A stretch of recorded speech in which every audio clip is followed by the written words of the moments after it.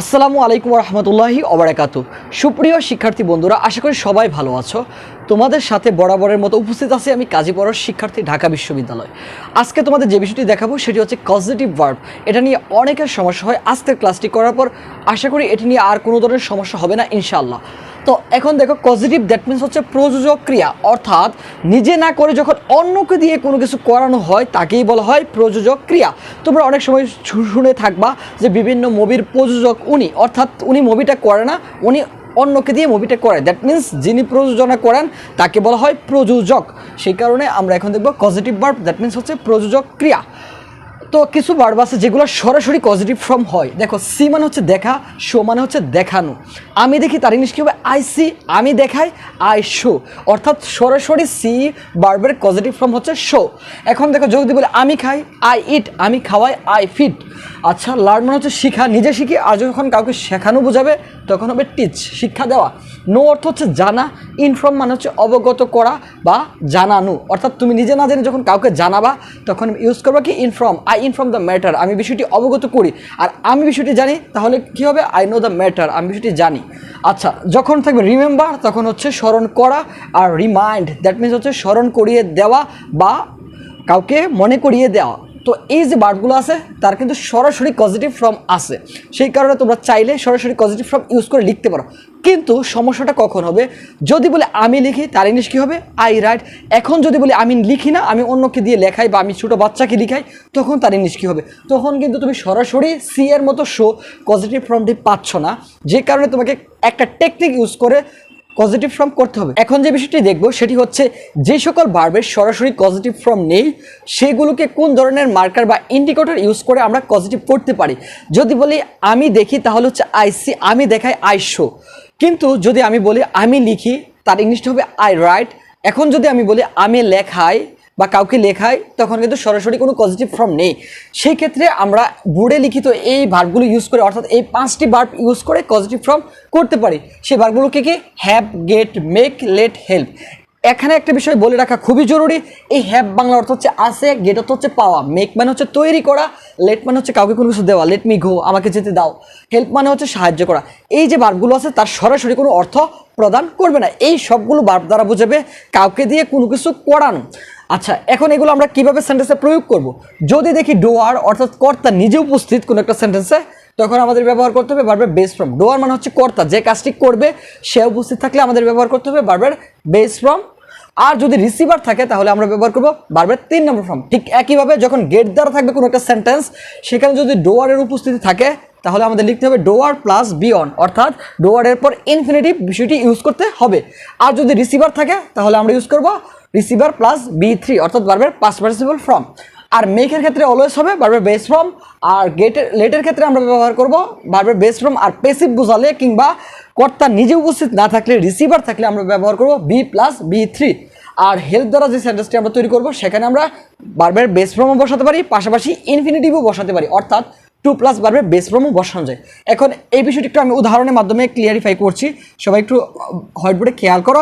যেমন আমি নিজে কাপড় ধুই না, বা আমি নিজে গাড়ি ধুই না, বা আমি নিজে চিঠি লিখি না, তখন অন্য কাউকে দিয়ে লিখাই। যদি আমি বলি আমি তাকে দিয়ে গাড়িটি ধৌত করে, তখন তার ইংলিশটা কী হবে? দেখো, I have him wash the car. দেখো, একটু বেশি খেয়াল করো। আই হ্যাভ হিম এর বাংলা অর্থ হবে না আমার আছে সে, এমন হবে না। এর বাংলা অর্থ হবে I have him wash the car. আমি তাকে দিয়ে গাড়িটি ধোয়াই, অর্থাৎ আমি নিজে গাড়িটি ধুইনি, আমি তাকে দিয়ে গাড়িটি ধোয়াই। অর্থাৎ সে কর্মচারী হতে পারে বা কোনো একটা ব্যক্তি হতে পারে। তো এখানে যেহেতু ডোয়ার অর্থাৎ একজন ব্যক্তিবাচক সাবজেক্ট উপস্থিত, সেহেতু এখানে ভার্বের কী হবে?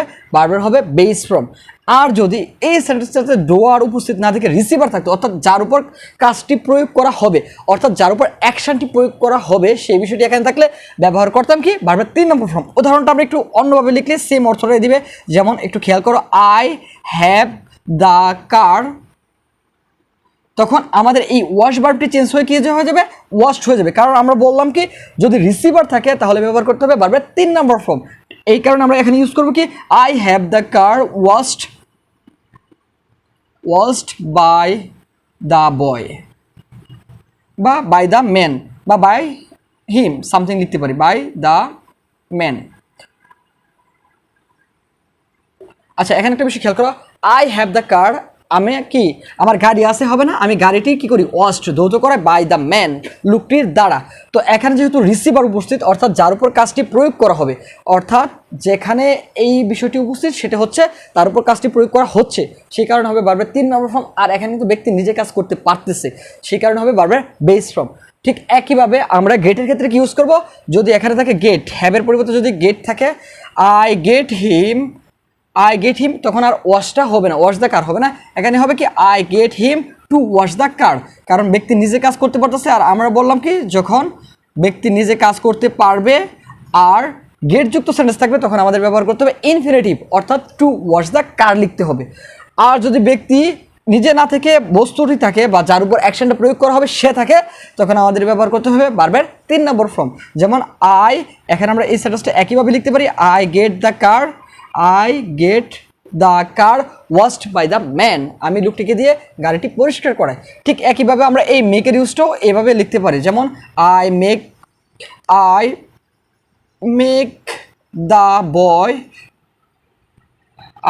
দ্য বয় কি হবে, রাইট এ লেটার নাকি রিটেন এ লেটার, অবশ্যই হবে I make the boy write a letter, কারণ আমরা পড়লাম কি যদি মেক থাকে তাহলে কি হবে বারবার বেস ফর্ম হবে, তাহলে কি হবে I make the boy right a letter, I make the boy right a letter. তাহলে আমরা অবশ্যই ইউজ করতে পারি মেকের পর কী করব, অবশ্যই সাবজেক্ট থাকলে তারপরে আমাদের ব্যবহার করতে হবে বারবার বেস ফর্ম। আরেকটা বিষয় দেখি আমরা লেট দ্বারা একটা উদাহরণ দেখি, আই লেট হিম কি হবে ডো দ্য ওয়ার্ক নাকি ডান দ্য ওয়ার্ক, আমি তাকে দিয়ে কাজটি করিয়েছি, তাহলে অবশ্যই হবে যেহেতু ব্যক্তি নিজে উপস্থিত অর্থাৎ ডোয়ার উপস্থিত যে কাজটি করে, সেই কারণে আমরা কি ইউজ করব, অবশ্যই বারবার বেস ফর্ম ইউজ করব। সেই কারণে অ্যান্সারটা কী হবে, I let him do the work, আমি তাকে দিয়ে কাজটি করালাম। আমরা হেল্প দিয়ে যে সেন্টেন্সগুলো তৈরি হবে সেখানে কিন্তু 2টা ফর্ম ইউজ করতে পারি। যদি আমরা এখানে লিখি আই হেল্প দ্য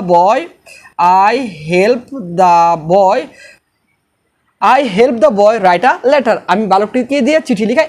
একইভাবে আমরা এখানে এই অ্যান্সারটাও লিখতে পারি, I help the boy to write a letter, both answer will be correct, কারণ সব ধরনের অ্যান্সারই কারেক্ট হবে, শুধু হেল্পের ক্ষেত্রে, কারণ হেল্পের ক্ষেত্রে আমরা জানি বারবার বেস ফর্মও হয়, টু প্লাস ইনফিনিটিভ হয়, তবে বারবার বেস ফর্মটা দেওয়া হচ্ছে সর্বোত্তম হবে। পজিটিভ ভার্বগুলো আশা করি সবাই সহজে বুঝতে পেরেছি।